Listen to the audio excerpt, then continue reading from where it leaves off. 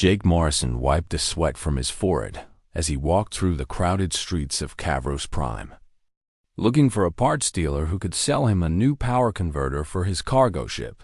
The frontier world was known for three things: cheap fuel, cheaper parts, and a thriving black market that nobody talked about but everyone knew existed. He'd landed his ship, the Blue Horizon, at the spaceport 2 hours ago with a simple plan: get the part, refuel, and leave before sunset.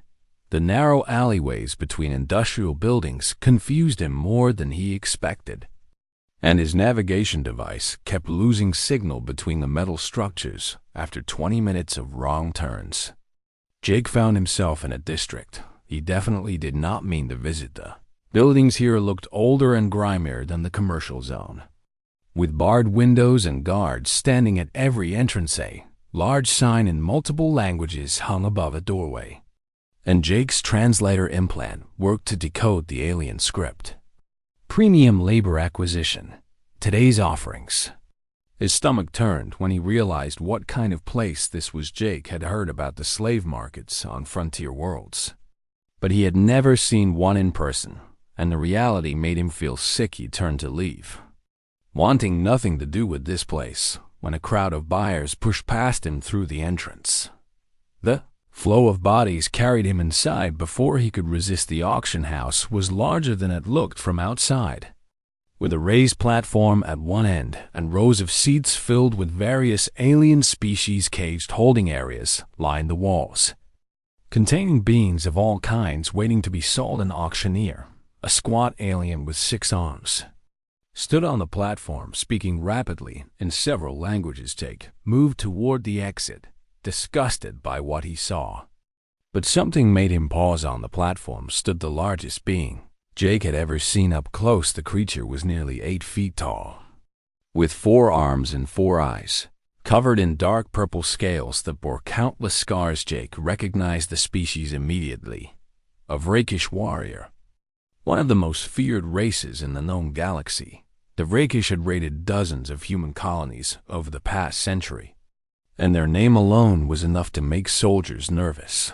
This particular warrior wore heavy restraint collars around his neck and all 4 wrists, the kind that could deliver fatal shocks if the slave tried to escape. The auctioneer was describing the warrior's history: former fleet commander, experienced in multiple combat forms, captured after a battle with the Korvathi Empire. Lot 847 has been returned by 7 previous owners, the auctioneer announced with obvious annoyance in his voice. He refuses to fight in arena matches and shows defiance toward proper commands. But he is still capable of heavy labor and has all his limbs intact. The gathered buyers laughed at the description, clearly seeing this as damaged goods. Jake watched as the proud warrior stood motionless on the platform, his 4 eyes staring straight ahead. Then something unexpected happened. The warrior's eyes moved and locked directly onto Jake. In the crowd for a moment, neither of them moved, human and Vrakish staring at each other across the auction house. Then, the massive warrior did something that made the entire room go silent. He dropped to his knees and spoke directly to Jake in broken, standard language. Please buy me. Human. The crowd erupted in laughter, some buyers pointing at the kneeling warrior and making jokes in their native tongues. The mighty Vrakish begs like a pet. Someone shouted, "How the powerful have fallen!" Another voice called out. The warrior ignored all of them, keeping his 4 eyes fixed on Jake with an intensity that was almost desperate. Jake stood frozen, unsure what to do or say. The auctioneer tried to regain control of the situation, calling for starting bids. "We begin at 500 credits for this lot, ladies and gentlemen." A bargain for a warrior of his size and experience. No hands went up. The price dropped to 300. Then 200, then 100. Still, nobody bid. Everyone too amused by the spectacle of the begging warrior to take him seriously. Jake found himself stepping forward before his brain caught up with his body. "What's his name?" Jake called out. The auctioneer looked surprised that anyone was showing interest. The slave designation is Lot 847, but his birth name is Threxis, formerly Commander Threxis of the Vrakish Imperial Fleet. Jake looked at the warrior again, at Threxis, and saw something in those alien eyes that he recognized. It was not quite hope, but it was not complete despair either. It was the look of someone who had one last chance and knew it. "Why do you want a human buyer?" Jake asked, speaking directly to Threxis. Warrior's voice was deep and rough, like gravel scraping against metal. "Humans understand honor differently than others," Threxis said. Still kneeling, "I have researched your kind, studied your history and culture, and I believe a human might listen to my story before judging. And what makes you think I am any different from the others?" Jake challenged. "Because you are still here," Threxis replied simply. "Everyone else walked away or mocked me. But you are asking questions, which means you have not decided I am worthless yet." The auctioneer interrupted their conversation, clearly annoyed by the delay. "If you are interested, human, place a bid so we can move forward with today's schedule." Jake looked at his credit account on his wrist device and felt his heart sink. He barely had enough for the power converter he needed, let alone buying a slave, even an unwanted one. But something about this situation felt wrong in a way he could not ignore. The warrior was clearly desperate, and Jake had learned to trust his instincts about people, even alien people. 50 credits, Jake said, knowing it was an insult of a bid, but also all he could spare. The crowd laughed harder, some buyers slapping their knees or tentacles in amusement. 50 credits. For a former fleet commander. The auctioneer looked ready to refuse the bid, but then glanced at Threxis and sighed. "Do I hear 55? Silence filled the room.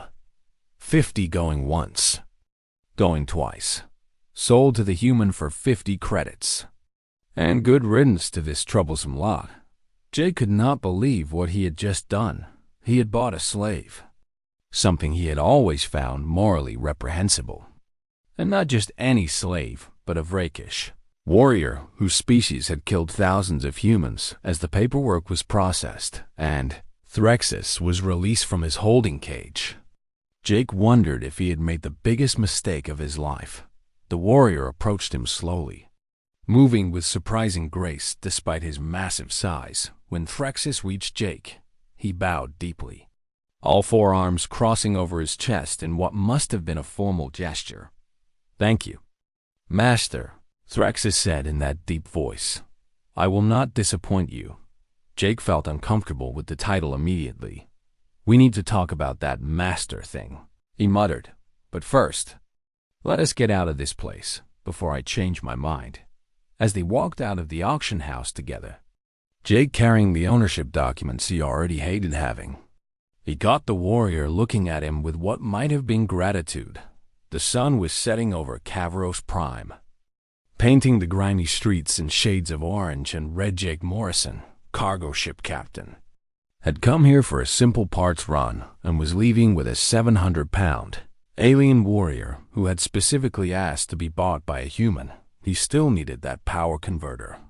His ship was not getting any younger, and now he had a passenger he knew absolutely nothing about. "This is going to be interesting," Jake said to himself as they headed back toward the spaceport. Threxis walked beside him in silence, but Jake thought he saw something like relief in the warrior's scarred face. Whatever story Threxis had to tell, whatever reason had driven a proud rakish commander to his knees, Jake supposed he would hear it soon enough. The blue horizon waited at the dock, and Jake's simple life as a cargo hauler was about to become much more complicated. The blue horizon was not built for passengers, especially passengers who stood 8 feet tall and weighed as much as a small vehicle. Jake watched as Threxis carefully maneuvered through the narrow corridors of the cargo ship, ducking under pipes and turning sideways through doorways. The warrior's restraint collars beeped softly every few seconds, a constant reminder of his status as property. VERF. Meet our new crew member, Jake said to the ship's artificial intelligence system. A pleasant female voice responded from the speakers overhead. Captain, my sensors indicate you have brought aboard a rakish warrior wearing active restraint collars. Is there something you would like to explain? Long story, Jake muttered, dropping into his pilot's chair. Threxis, this is Vera. She runs most of the ship's systems and likes to question my decisions. I do not question your decisions, Captain. I simply note when they are unusual or potentially dangerous. Vera replied. Bringing a member of a hostile species aboard qualifies as both. Threxis stood awkwardly in the small bridge area, clearly uncertain where he should position himself. His 4 eyes scanned the controls and displays with what looked like professional interest. You may sit, Jake said, gesturing to the co-pilot's seat. We have a few hours before we can leave this system, and I think we should talk. The warrior lowered himself carefully into the seat, which creaked under his weight, but held. Jake noticed Threxis kept all 4 hands visible and away from any controls. A deliberate gesture of non-threat. So, Jake began, not quite sure how to start this conversation. Why did you specifically want a human to buy you? Threxis was quiet for a long moment, his scaled face unreadable. I will tell you my story, Master, and then you will understand why I sought you out. First, stop calling me Master, Jake interrupted. My name is Jake, and where I come from. People do not own other people. I do not know what I am going to do with these ownership documents yet, but we will figure something out. Threxis's 4 eyes widened slightly, an expression that might have been surprise. You do not wish to be called by your proper title? I wish to be called by my name, Jake said firmly. Now tell me your story. The warrior took a deep breath, his massive chest expanding. I was Commander Threxis of the 47th Assault Fleet, and I led raids against 17 worlds over a span of 12 years. My fleet was known for efficiency and success. We never failed a mission and never showed mercy to those who resisted. Jake listened without interrupting, though hearing about the raids made his hands tighten on the armrests. 2 years ago, my fleet was ordered to raid a human colony called New Boston, Threxis continued, his voice growing quieter. The colony had refused to pay tribute to the Rakish Empire, so we were sent to teach them a lesson. The human defenders were brave, but hopelessly outmatched against our forces. We had superior weapons, superior numbers, and superior training.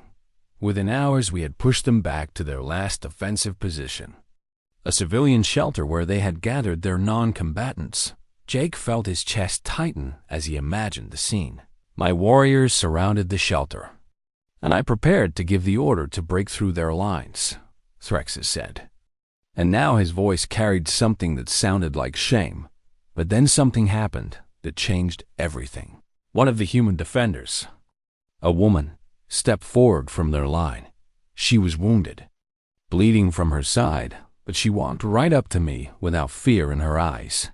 What did she do? Jake asked quietly. She did not beg for her life, Threxis said. She asked me to let the children go. There were 40 children in that shelter, human younglings who had nothing to do with the colony's politics.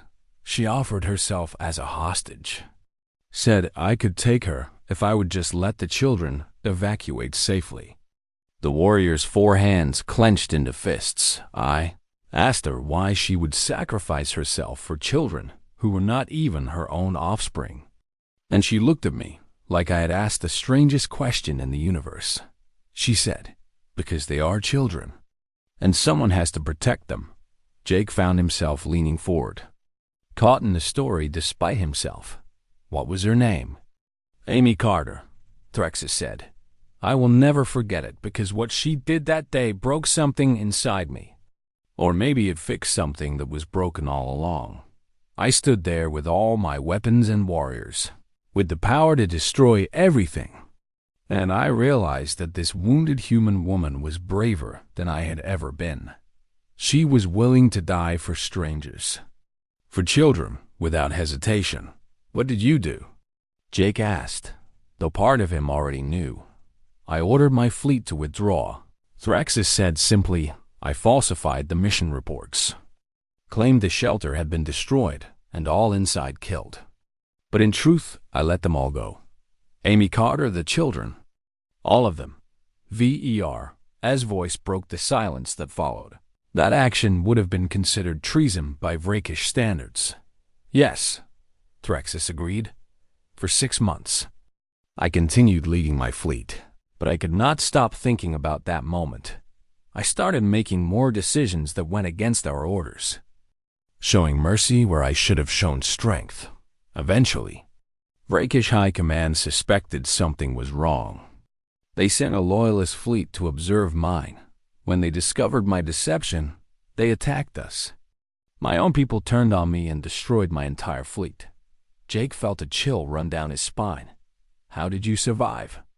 I did not survive by choice, Threxis said bitterly. The Korvathi Empire found me in the wreckage. Barely alive, they sold me to the first slave trader they found.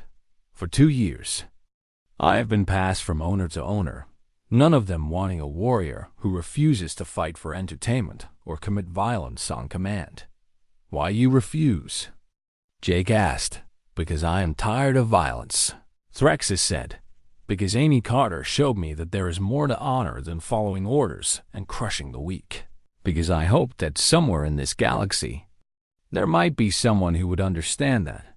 Jake sat back in his chair, processing everything he had heard. The story explained so much. The desperation in Threxis's eyes, his specific request for a human buyer, his willingness to kneel in front of a crowd. So you researched humans, hoping we would be more understanding? Jake said, I researched humans because Amy Carter was human. And if one human could show such courage and compassion, perhaps others would as well. Threxis replied, I have been disappointed 7 times by previous owners who only saw me as a tool or a curiosity. But when I saw you in that auction house, I saw someone who looked uncomfortable with the entire situation. Someone who did not belong there. I took a chance. Captain, Vera interjected. We are receiving clearance to depart the system. Jake looked at Threxis. At this massive warrior who had lost everything because he chose mercy over orders. I told you I do not believe in slavery. Jake said slowly, but I also believe in giving people second chances. We are heading to the frontier station next. It is a free port where no one asks questions. I could drop you there, give you the freedom documents, and you could start over. Threxis's expression shifted to something like panic. Please do not abandon me. The warrior said, I know I have no right to ask for more than you have already given. But I need purpose. For 2 years, I have drifted without meaning, without direction. If you will let me stay and work for you, I will prove my worth. Jake studied the alien warrior for a long moment. Can you fix a power converter? He finally asked. Threxis blinked his 4 eyes in confusion at the change of topic. Yes. I have engineering training from my fleet command days. Good, Jake said, standing up, because mine is broken, and if you can fix it, you will have earned your passage to the next station. After that, we will figure out what comes next. You are giving me a chance to prove myself? Threxis asked. I am giving you a chance to be something other than a slave or a warrior. Jake corrected. What you do with that chance is up to you. For the first time since Jake had seen him, Threxis's scarred face showed something that might have been hope. Thank you. Jake, the warrior said. Using his name without the title, Jake smiled slightly. You are welcome. Threxis, now let us get this ship moving before I change my mind about this whole crazy situation. As the blue horizon lifted off from Kavros Prime, Jake wondered what he had gotten himself into. He had bought a slave to free him, befriended a former enemy, and was now giving that enemy access to his ship's vital systems. His mother would have said he was too trusting for his own good, but as he watched Threxus carefully examining the power converter with professional focus, Jake thought maybe trust was not such a bad thing to offer. Sometimes people just needed someone to believe they could be better than their past, and if a wounded human woman named Amy Carter could change a rakish fleet commander's heart, maybe Jake could help that changed warrior find a new path forward. 3 days into their journey toward Frontier Station, Jake had to admit that Threxus was proving to be an excellent crew member. The warrior had not only fixed the power converter, but had also repaired 2 other systems that Jake had been ignoring for months. Threxus worked quietly and efficiently, never complaining and always asking permission before touching any ship systems. The aft stabilizer is showing stress fractures, Threxus reported from the engine room. If you have welding supplies, I can reinforce it before it becomes a problem. Go ahead, Jake called back.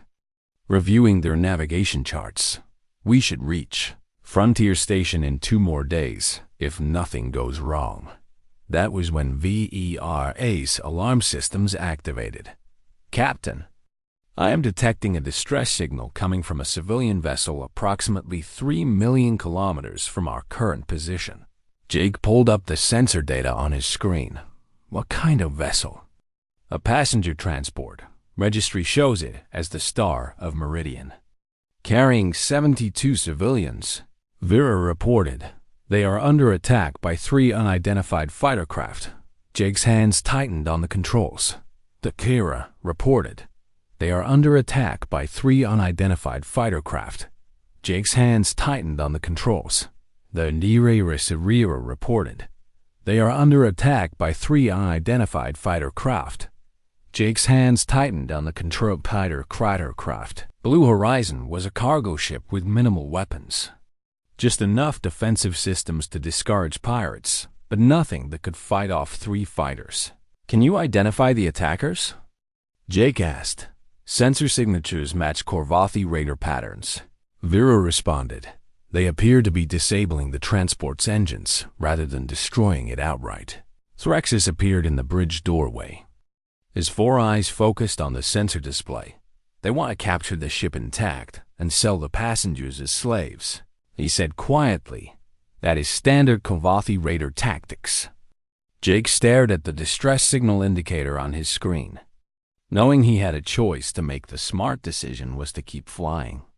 Report the incident to the nearest authority, and let someone else handle it. The Blue Horizon was not equipped for combat, and he had no obligation to risk his life for strangers. We are not going to help them? Threxus asked, his voice carefully neutral. I did not say that. Jake replied, already plotting a course toward the distress signal. Vera, how long to intercept? At maximum speed, 17 minutes. The AI responded. However, I must point out that we are severely outgunned. I am aware, Jake said, pushing the throttle forward, but we are also the only ship in range. And those are 72 people who need help. Threxus moved to the co-pilot seat without being asked if you are going to engage. You will need tactical support. I have commanded fleet battles and know Korvathi strategies. Any advice is welcome, Jake said, watching their speed increase as they approached the scene. The situation became clearer on their sensors. The passenger transport was dead in space. Engines disabled and life support running on emergency power. The 3 Korvathi fighters were circling it like predators around wounded prey. They have not noticed us yet, Vera reported. Our small size and minimal energy signature are working in our favor. That advantage will disappear the moment we start shooting. Jake pointed out. Threxus studied the tactical display with professional intensity. The raiders are overconfident because they are attacking a civilian vessel. They have spread out their formation to cover all escape routes. If we approach from their blind spot and disable the closest fighter before they can react, we might even the odds. Might? Jake repeated. Combat is never certain, Threxus said, but surprise is our best weapon right now. Jake brought the Blue Horizon in low and fast. using the transport's hull as cover to mask their approach. The closest Korvathi fighter was focused on cutting through the transport's airlock, completely unaware of the cargo ship moving into position behind it. "Weapons locked," Jake announced, his finger hovering over the firing control. Firing. The Blue Horizon's defensive cannons were designed to disable small threats, not fight military craft, but at point-blank range, they were effective enough. The energy bolts struck the fighter's engine section, causing a cascade of failures that left it drifting powerless, one down. Vera reported, "The other two are breaking off and turning toward us. They are angry now." Threxus observed calmly. The remaining fighters accelerated toward the Blue Horizon, their weapons systems lighting up on Jake's threat display. "Evasive maneuvers," Jake said, throwing his ship into a sharp turn that made the hull-grown energy bolts flash past them, missing by meters. "Their targeting is too accurate," Vera warned. "We cannot dodge indefinitely." "Jake, give me helm control," Threxus said suddenly. "What?" Jake looked at the warrior in surprise. "I know these ships and their patterns."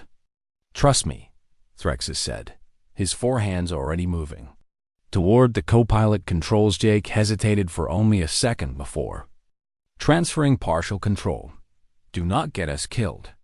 Threxus's four hands moved across the controls with surprising speed and precision. He put the Blue Horizon into a series of maneuvers that seemed random at first, but were clearly calculated. The cargo ship twisted and rolled in ways Jake would never have attempted, using its smaller size against the faster but less agile fighters. "He's making us unpredictable," Vera said, sounding almost impressed. "Korvathi raiders rely on computer-assisted targeting, which expects logical evasion patterns. One of the fighters overshot them. Unable to adjust to Threxus's unconventional flying, Jake took advantage of the opening. Firing at the exposed fighter's wing, the shots connected, sending the fighter spinning off course with damaged flight controls. "Two down," Jake said, "but we took hits. Starboard shields are failing." The last fighter pilot seemed to realize these were not easy prey and broke off the attack. Moving to a safer distance, "He's calling for reinforcements," Threxus said, reading the com signals. "If more raiders arrive, we cannot win." Jake looked at the disabled transport and its 72 passengers who would become slaves if they ran. "We need to end this fast. Any ideas?" Threxus studied the tactical display, his expression intense. "The fighter is staying at range because he knows our weapons cannot reach him there. But he also cannot leave the area, or his crew will not get their prize. So we are at a stalemate," Jake said.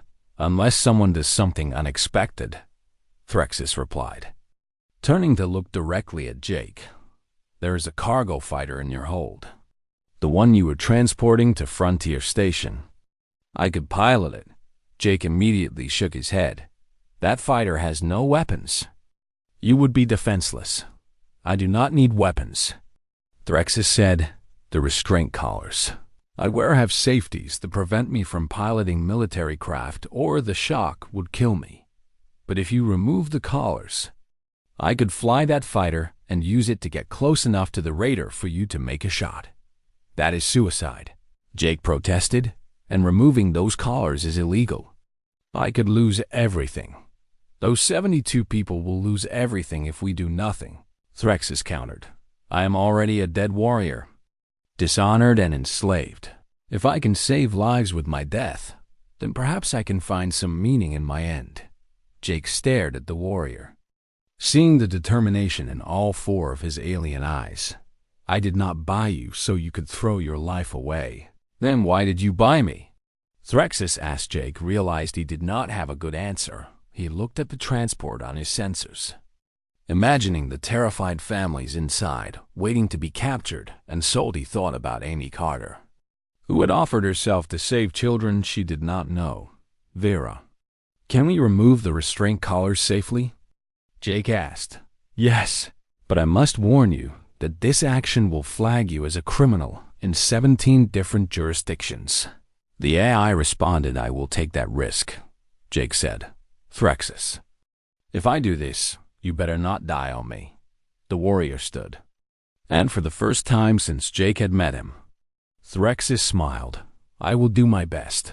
5 minutes later, the cargo fighter launched from the Blue Horizon's hold with Threxus at the controls.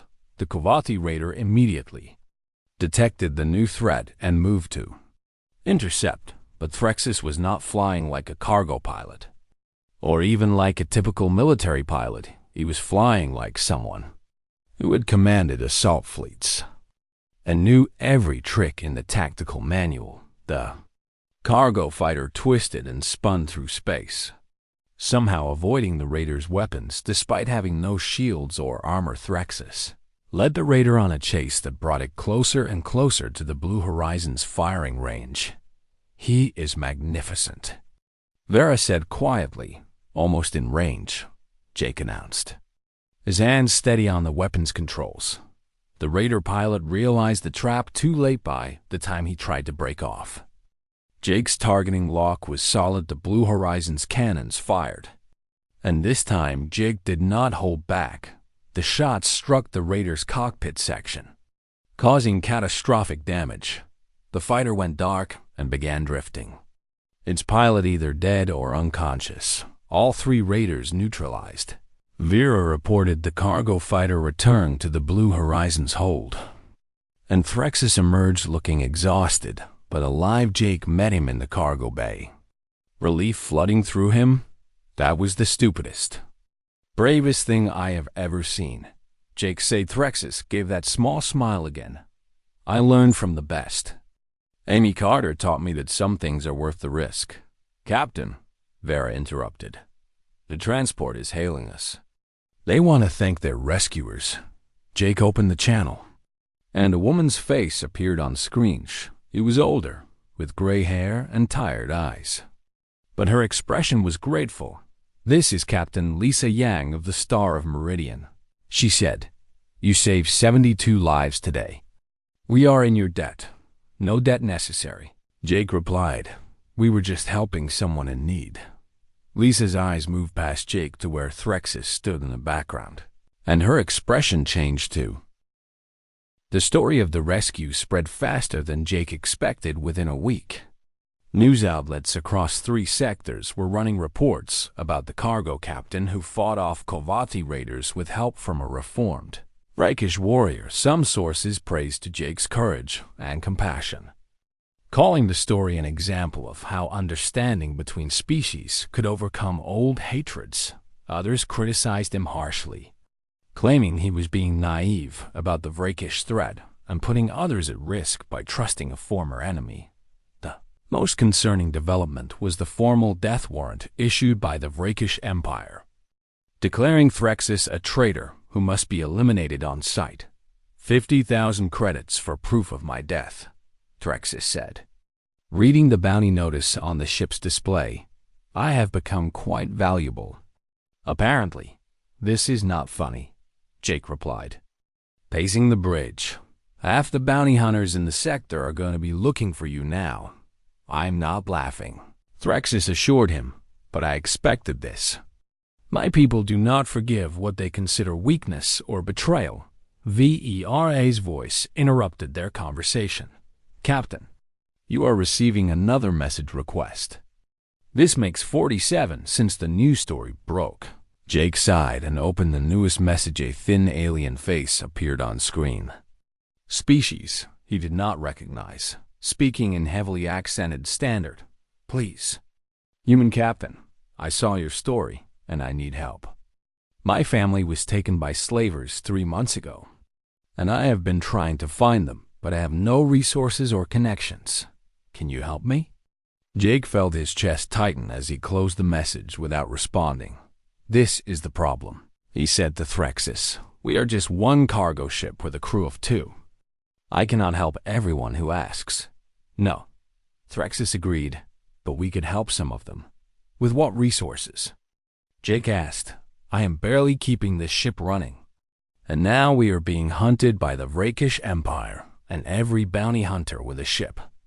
Threxis was quiet for a moment, then spoke carefully. Lisa Yang from the transport offered her assistance, and several passengers volunteered to help if we ever needed it. We have allies now, even if we did not plan for them. Jake wanted to argue, but before he could respond, another incoming message appeared. This time, it was Lisa Yang herself.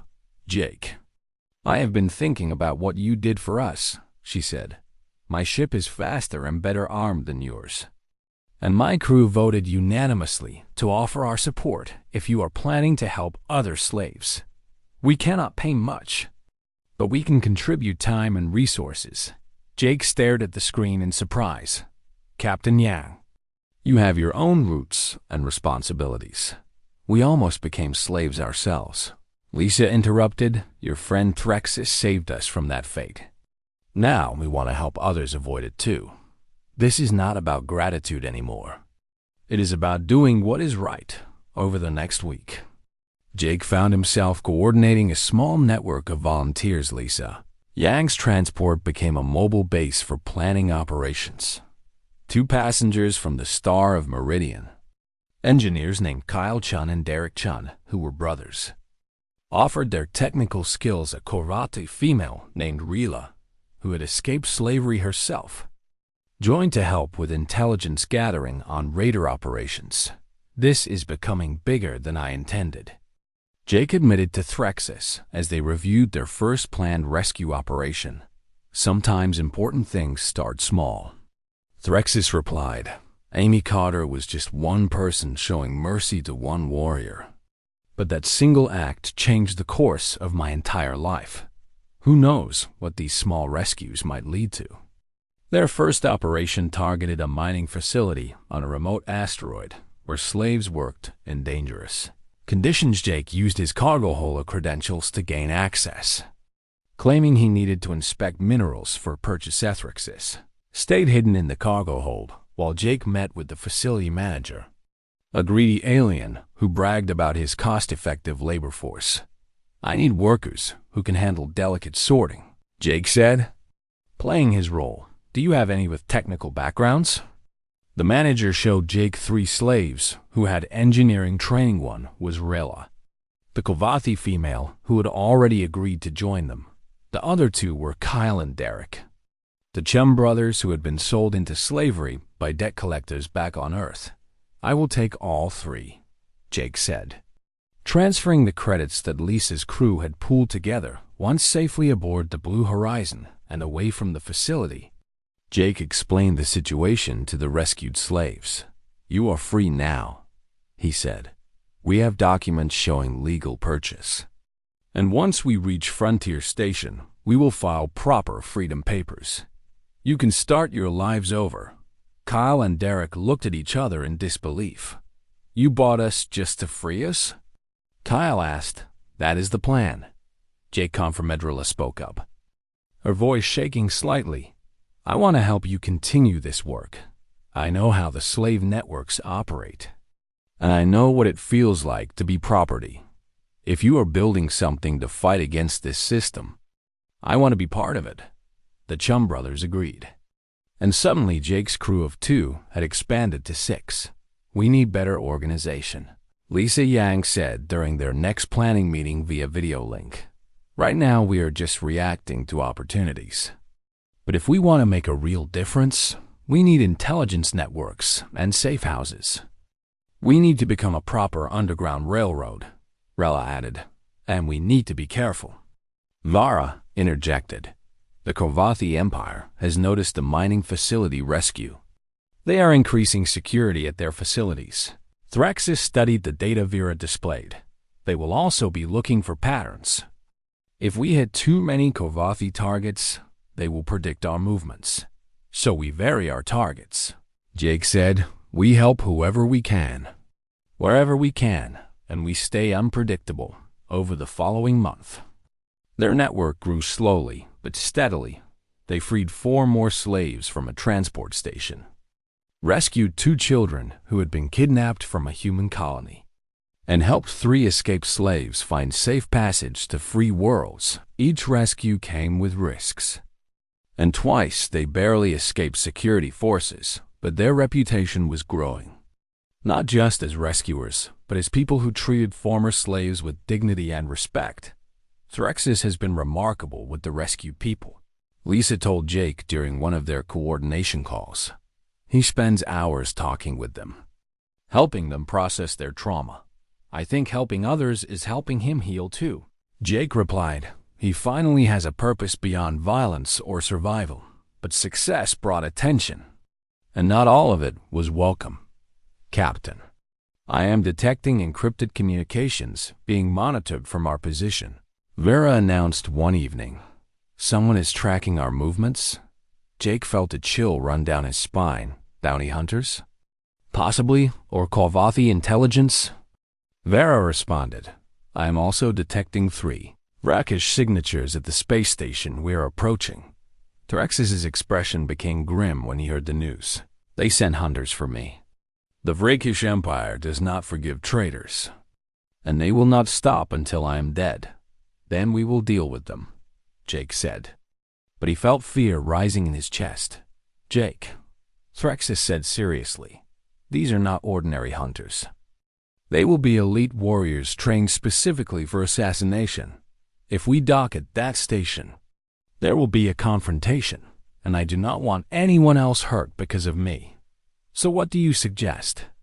Jake asked, that you run? That you let them chase you forever? I suggest that we face this now, before they find us somewhere with more civilians at risk.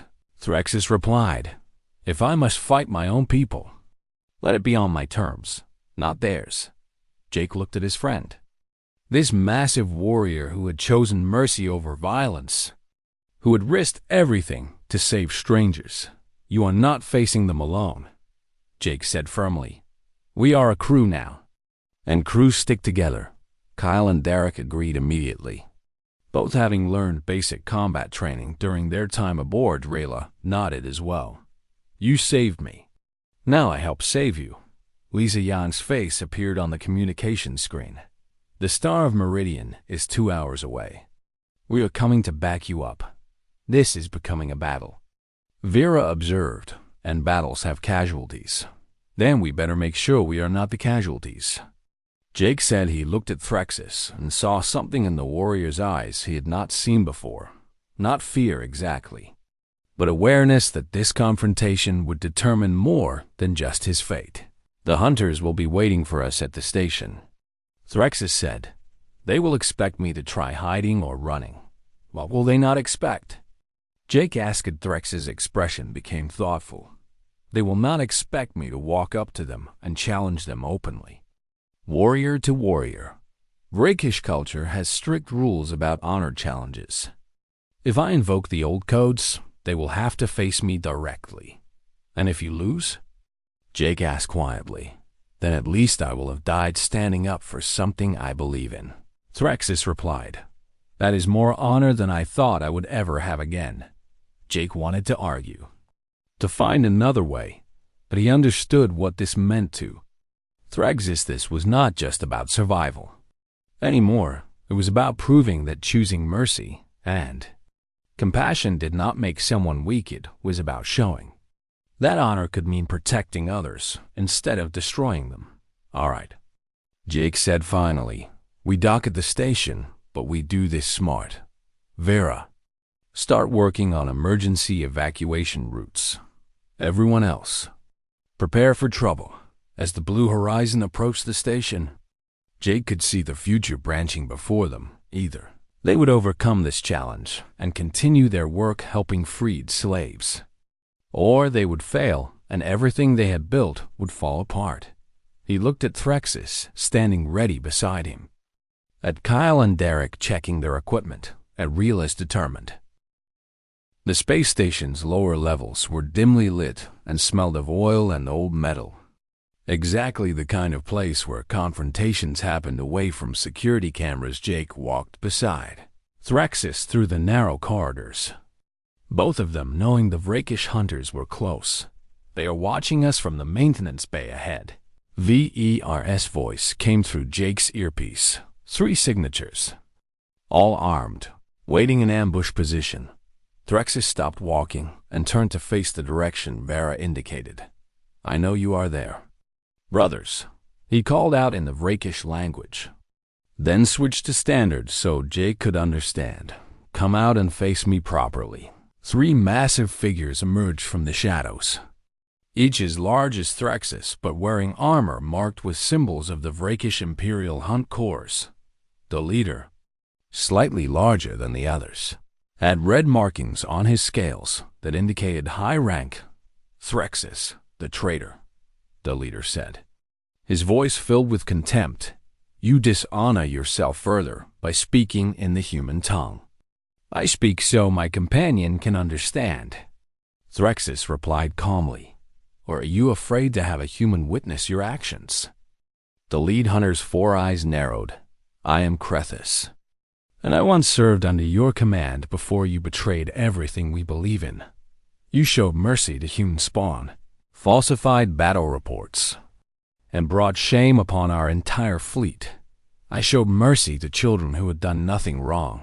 Threxis corrected, and I would make the same choice again.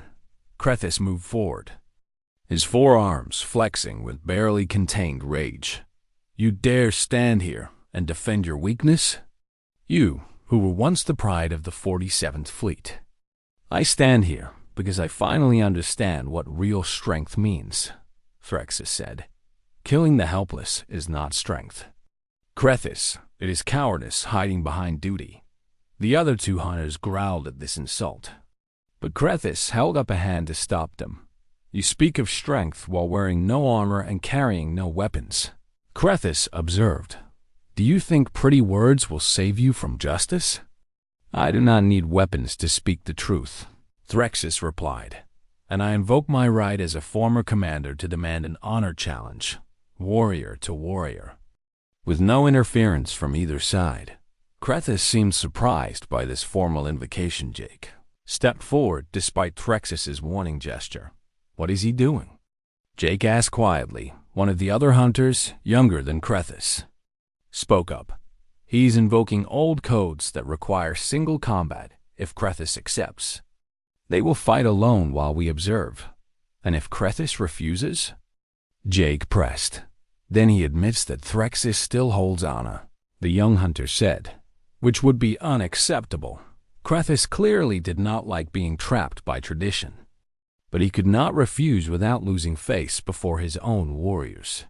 I accept your challenge, traitor, and when I kill you, perhaps you will find some dignity in death that you lacked in life. The hunters and Jake moved back, creating a circle around the 2 Vrakish warriors. Threxis stood calmly in the center, while Krethis drew 2 curved blades from his armor. You should have armed yourself, Krethis said. This fight is already over. Perhaps. Threxis agreed, but I spent 2 years learning that victory is not always measured in blood.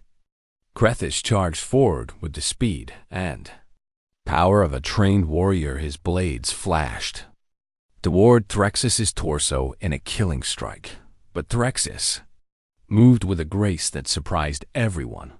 Watching, he sidestepped the attack and used Krethis's momentum against him, guiding the larger warrior past him with a subtle push. You have gotten slow, Krethis, Threxis said. Too much time hunting defenseless targets and not enough fighting real opponents. Krethis roared in anger and attacked again. This time more cautiously, the 2 warriors engaged in close combat. Krethis with his blades and Threxis using only his 4 hands in superior. Positioning, Jake watched in fascination as Threxis fought with a style that looked more like a dance than a battle. He never struck to kill, only to deflect and redirect. He is showing mercy even now. The young hunter murmured to his companion. He could have killed Krethis 3 times already. Silence. Vekris. The other hunter hissed back, but Vekris continued watching with obvious interest. The fight continued for several minutes, with Krethis growing increasingly frustrated as none of his attacks connected solidly. Threxis remained calm, almost peaceful. despite the violence surrounding him. Why do you not fight properly? Crethus demanded, breathing heavily. Why do you play with me like I am unworthy? I fight to prove a point, not to take your life, Threxus replied. You are my brother in blood. Crethus, I do not wish you dead even though you hunt me. Brothers do not betray each other, Crethus snarled. Brothers do not blindly follow orders that violate basic decency? Threxus countered. I saw human civilians willing to die to protect children, not their own. And I realized we have been calling honor by the wrong name. Real honor is protecting those who cannot protect themselves, not crushing them because we have the power to do so. Crethus lunged forward in rage, but his exhaustion made him sloppy. Threxus caught both his wrists and twisted, forcing the hunter to drop his weapons in one smooth motion. Threxus had Crethus in a submission hold that could snap his neck with minimal pressure. The two hunters moved to interfere, but Jake pulled out a small plasma pistol. The challenge was one-on-one. Jake said firmly, "Let them finish it." Vecris. The younger hunter nodded slowly and stopped his companion. The human is right. We must honor the old codes, even if we disagree with them. Threxus held Crethus in that deadly position, but he did not apply the final pressure. I could kill you now, Threxus said quietly. The old codes say that would be my right as the victor. Then do it. Traitor, Crethus spat. End this and prove you are still rakish. No, Threxus said. I will show you something the humans taught me instead. He released Crethus and stepped back, offering his four hands palm up in a gesture of peace. I give you mercy. Crethus, the same mercy I learned from Amy Carter on New Boston. The same mercy that changed everything I thought I knew about strength. Crethus stood there, breathing hard, staring at Threxus with confusion and anger. You mock me by letting me live, he said. I offer you a choice, Threxus replied. You can continue hunting me and others like me, living as a weapon for those who command you. Or you can question whether the path you are on truly honors our people. The humans have shown me that there is more honor in choosing compassion than in following orders without thought. Vecris stepped forward, his voice respectful but questioning. You defeated him without killing. Threxus, that requires more control and skill than simple violence. Maybe the humans have a point about strength being measured differently. The third hunter remained silent but lowered his weapon slightly. Crethus looked between his companions, then back at Threxus. You are asking me to betray everything I was taught, he said. But his voice had lost some of its certainty. I am asking you to think for yourself. Threxus said, I am asking you to remember that we were once brothers before politics and duty divided us. The humans call it a second chance, and they gave me one when I deserved nothing. Crethus turned away sharply. I cannot accept this. I cannot return to the Empire and tell them I failed because the traitors showed me mercy. Then do not return, Vecris suggested quietly. Come with us instead. Learn what Threxus has learned. The older hunter looked shocked. Vecris, you speak treason. I speak possibility, Vecris interrupted. I have followed orders my entire life. Hunted targets I was told to hunt, killed beings I was told to kill.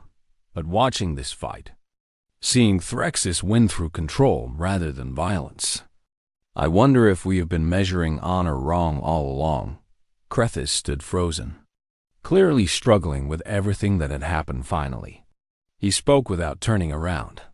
I will not hunt you anymore, Threxus, but I cannot join you either. I need time to think about what I have seen here. That is enough for now, Threxus said gently. Time and thought can change minds better than any weapon. Crethus and the older hunter left without another word. But Vecris remained behind. I would like to learn from you, he said to Threxus. If you will teach me this different kind of strength, I am still learning it myself. Threxus admitted, but you are welcome to join us on that journey. Jake let out a breath he had not realized he was holding. Well, that was intense. Is it always this dramatic with your people? usually more violent, Threxus said with a slight smile.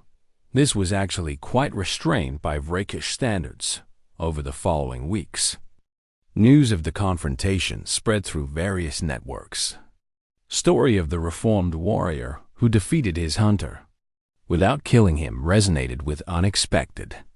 Audiences, more enslaved beings reached out for help, and more volunteers joined their network. Lisa Yang's transport became a mobile coordination center, while Jake's Blue Horizon continued making rescue runs. Kyle and Derek Chun developed better security systems to protect freed slaves. Rayla built an intelligence network that helped them identify vulnerable targets for rescue. Vickers proved to be an invaluable addition, using his knowledge of rakish hunting tactics to help them avoid detection.